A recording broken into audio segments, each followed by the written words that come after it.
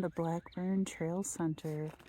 The Potomac Appalachian Trail Club has this beautiful facility that is open to the public, and for long distance hikers there is a cabin I will show you and several dedicated tent spots.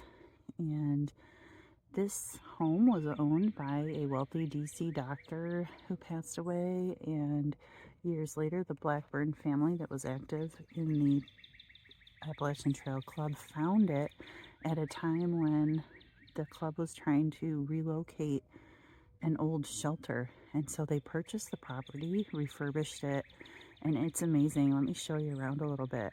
That's the main home you see here, with a huge wraparound screened-in porch with chairs and everything. I'll show you in a bit. This is the view from the house.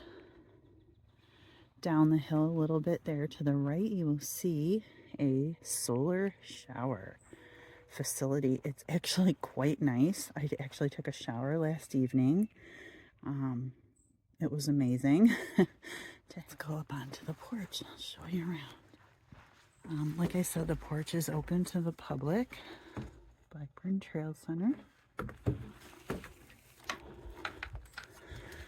I love old houses, and I love creaky screen porch doors. There's these Adirondack chairs here.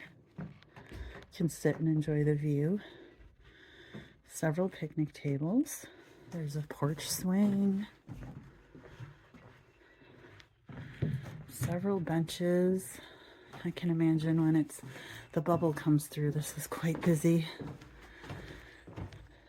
Key for thru hikers, a charging station where you can plug in all of your electronics and get a recharge, a couch, and then if you walk around to the other side, this porch is a dream. Like, I could just live on the porch. They have a hiker box, which is where hikers can drop off supplies they don't want or take something they may need. I actually took some Pepperidge Farm goldfish out of there for my snack today. There's a donation box. This is a donation-only facility, supported by donations, and I definitely supported because it was a wonderful place to land last evening. There's a logbook. And over here is a information board about Harpers Ferry, which is the next town we come to, like how to resupply there, shuttle drivers, and that sort of thing. There's a grill. There's a caretaker's cabin. One of my favorite features, potable water. No water filtering. There are a couple tent pads out here too. If the cabin, there's 4 bunks in the cabin, and it's first come, first served. Last night there was just myself and one other hiker here. There's a porch on the cabin itself. Nice benches out here, some chairs. And there's 4 bunks in the cabin.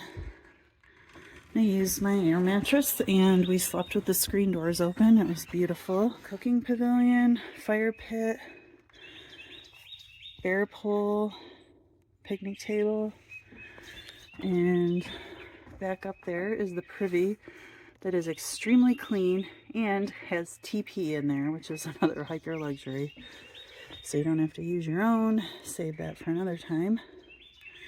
Anyways, this is a great facility, and the public can come too. There's a separate campground for them.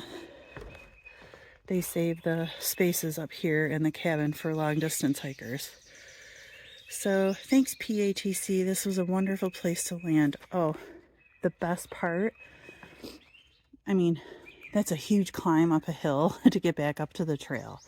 But last night, or yesterday afternoon when I got here, I was coming down, and I hear someone yell up, "Hello, welcome." And it was the caretaker, Amelia. She said, "Would you like a cold soda?" And I was like, what? Unbelievable. So, come have a seat on the porch, take off your pack, I'll bring you a soda. And I had a cold orange soda, a piece of chocolate, and she explained how everything worked and welcomed me, and that was that. What a wonderful welcome. Good morning, hikers. I made it up the hill from the trail center, so I was going to do a brief check-in. Today we have 12.9 miles to Harpers, Ferry, West Virginia, and the caretaker at the trail center told me that it should be similar terrain to what I experienced yesterday afternoon after getting off the roller coaster, which means fairly not as rocky terrain and more flats than usual. I haven't looked at the terrain profile, but it's an overall descent into Harpers Ferry. So that said, I am not a speedy hiker even on flat ground. So I had hoped to get up and out early, like to start hiking by 6, because I have a hotel room to myself in Harpers Ferry waiting, so I was wanting to get there as soon as possible and possibly make it before the post office closes.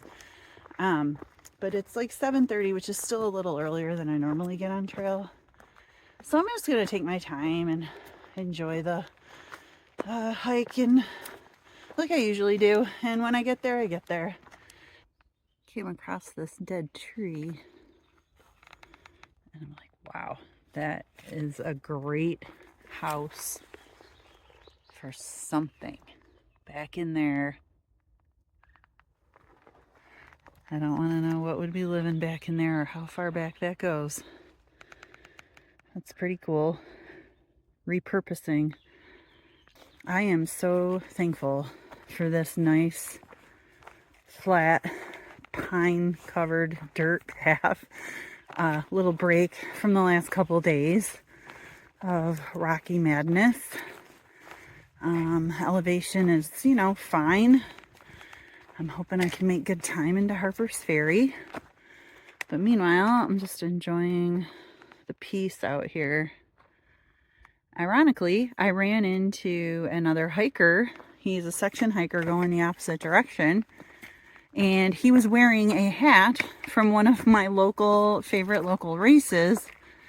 And I'm like, hey, are you from Rochester? He's like, no. He's from nearby Corning and does come to do some of our races, and just a small world. Anyway, that was kind of cool. What a small world out here on the trail. 2 people from upstate New York. There's a little bit of a view behind me. Kind of like reminds me of the Shenandoahs. It's nice when you can see through the leaves, or lack of leaves, I guess, to some mountains.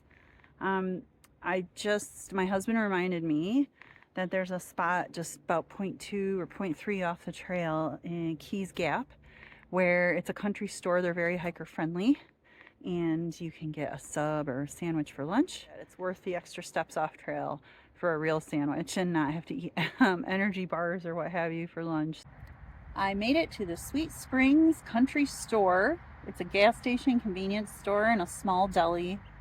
And it's only, it took me less than 10 minutes to walk here from the intersection of West Virginia Route 9, I believe it is, and the trail. And I'm sitting by a pond of some type. I hope it's their land. There's no house over here and it's very peaceful. But I got a lunch picnic going on here. I'm super excited. They made me a veggie sub with extra cheese, and the girl was so nice. She's like, we don't have many veggies, but I could slice some cucumbers for you. And I'm like, sure. So it's got extra cheese, a toasted roll, mayo, mustard. I got some dill green beans, chips. I'm going to try a nitro Pepsi. I'm kind of excited. Never tried one. A Gatorade, and I got like a pepperoni and cheese stick. And my quote-unquote picnic blanket is my rain kilt, which I actually should be sitting on that probably instead of having the food on it, but came in handy. So I'm just going to sit right here and eat my lunch and enjoy. I looked up and I thought that said hiker trash only. And I'm like, okay, cool. I'm hiker trash. Let's go. The Appalachian Trail is the longest foot traffic only path in the world. So that's kind of cool. I just went that 0.2 miles off trail down a busy highway to get lunch. And while it was worth every step to have that sub and chips and stuff, it was a little harrowing. The shoulder was kind of narrow and the traffic's going 50 plus. And I realized I am definitely not cut out to be one of those USA crossers, people that walk across America and all that. Road walking is not for me. Get me into the woods. There is some road walking on the AT, but always looking forward to getting back into the woods. Can you hear that creaking?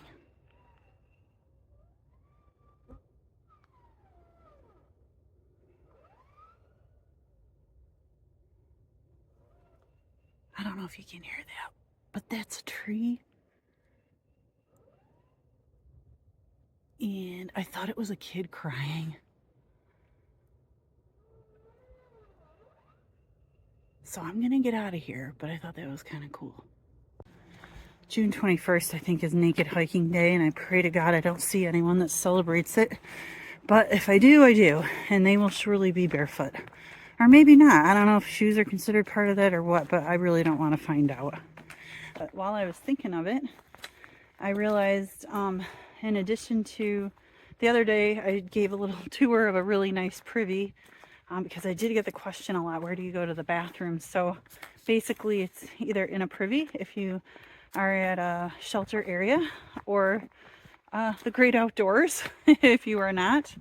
And if you're really lucky, like I just was at the general store, you can use real plumbing, wash your hands with soap and your face and whatever, in a real bathroom, and which is something I took for granted, or take for granted in my regular life, is indoor plumbing and water that I don't have to spend 10 to 15 minutes filtering to drink as much as I want that's cold.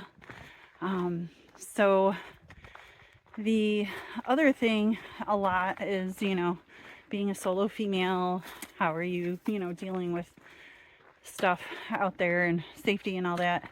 Honestly, being out here, I go for sometimes hours without seeing another person. I have not been at camp or in camp alone yet, but I have been at a camp with just one other hiker a couple of times, and no problem. I mean, they are, a thru hiker. I got a vibe from them that they were a cool and genuine thru hiker. If I ever were to get a weird vibe, I would trust my gut and simply pack up my camp and move on. No apology, no explanation necessary to that individual.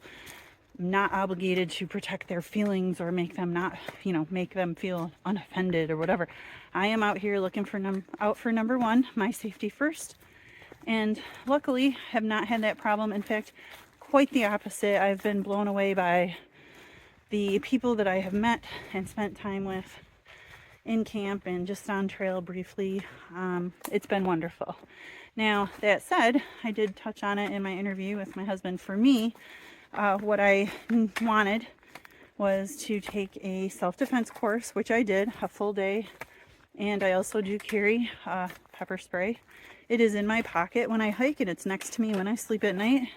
And I also have a neck knife, very small, very light.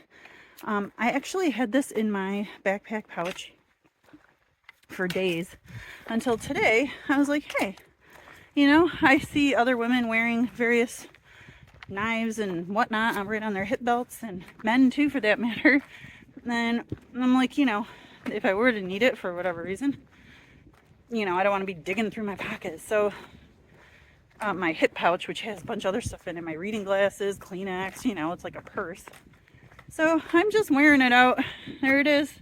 And I'm fine with that. When I went into town, I put it in under my shirt. I didn't want to walk in there like, hey, I got a knife, But that's just what I do. Everyone has to do what makes them comfortable. And so that's the answer to that. I absolutely treasure my time out here solo hiking. I do prefer to camp with other people, and I love meeting other people, but it's a balance for me. I would not want the pressure of, having to hike with somebody out here, because like I've shared, my pace is really slow. And if I were trying to keep up with a hiking partner, I would probably fall or injure myself long before now. So anyways, that's just what I was thinking of. One of the, top 5 questions I get solo female hiker. That's what I do. I'm out here. It's a community. You know, yeah, it's like regular society, a cross section. You get some whack jobs out here, but they're very well publicized, and news travels really fast up and down the trail. In fact, I was at a hostel a couple nights ago that had a photo of a guy and said, if you see this guy, this is his trail name. He's like being a creep to women. You know, he's been reported. So that stuff doesn't fly out here. I had a gentleman ask me the other day while I was sitting outside in the freezing cold outside a store trying to charge my power bank, is it worth it? Meaning this, as he was headed off to his comfortable campsite, car camping, or a cabin. And I looked him in the eye and said, absolutely.